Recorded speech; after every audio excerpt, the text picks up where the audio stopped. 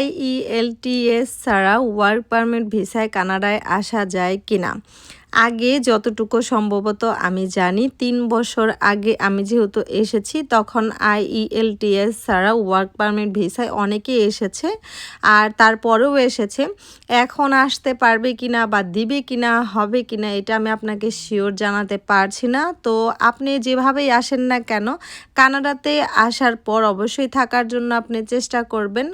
অনেকভাবে থাকা যায়। তো সেক্ষেত্রে আপনি বৈধভাবে যদি থাকতে চান সেক্ষেত্রে পিআর হওয়ার ইচ্ছা অবশ্যই থাকবে।